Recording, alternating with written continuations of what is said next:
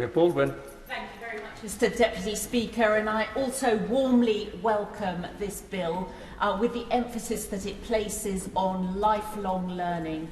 And in a time when, although 50% of people go to university, we are all of us going to work for something like 40 to 50 years. It is so important that there is that opportunity for people to acquire new skills during their lifetime, and so I think I join with voices across the House in wholeheartedly welcoming the direction of travel in this bill. And I also particularly welcome the fact that there's an emphasis in this bill on place, on the local economic links, the links to local employers, the fact that there is also a greater emphasis on local governance.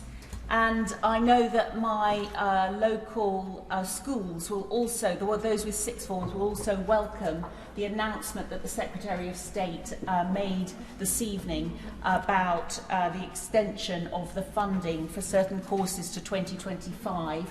And I know my local high school has written to me to particularly emphasise the students who value taking courses in sport, business, travel and tourism, sound engineering and IT. So a very, very positive bill altogether.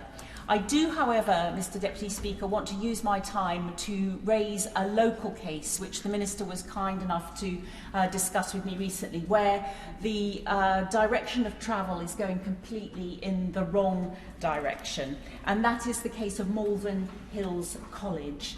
It's a wonderful college that has been in the town of Malvern for nearly 100 years. And then about 5 years ago, it was acquired for no consideration by Warwickshire College Group. And of course, Warwick is quite a long way from Malvern, and they had a lot of disparate sites, and they've taken the unfortunate decision to close the college.